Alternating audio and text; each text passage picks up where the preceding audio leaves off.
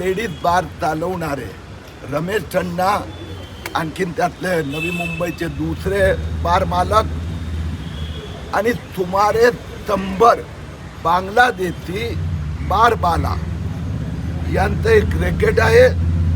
त्याच्यासोबत भारतीय पोलीसचे काही ऑफिसर हे पूर्णपणे सहभागी आहेत। अस्मा पोली हे जे बांगलादेशी बारबाला गेले 12 वर्ष इथे राहते, तिच्या घरी भारतीय पोलीसचे असिस्टंट पोलीस इन्स्पेक्टर सुतार, पोलीस सिपाई खाडके, पोलीस सिपाई नेमाडे आणि महिला पोलीस मोरे हे 4 जण गेले। तिच्या घरी बनावटी नकली धाडी घातल्यात, 60 लाखहून अधिक रुपयेचा माल ताब्यात घेतला। आणि आता ज्यावेळी हे प्रकरण बाहेर आल्यानंतर या भागातले पोलीस आणि DCP हे प्रकरण दाबण्याचा प्रयत्न करत आहेत।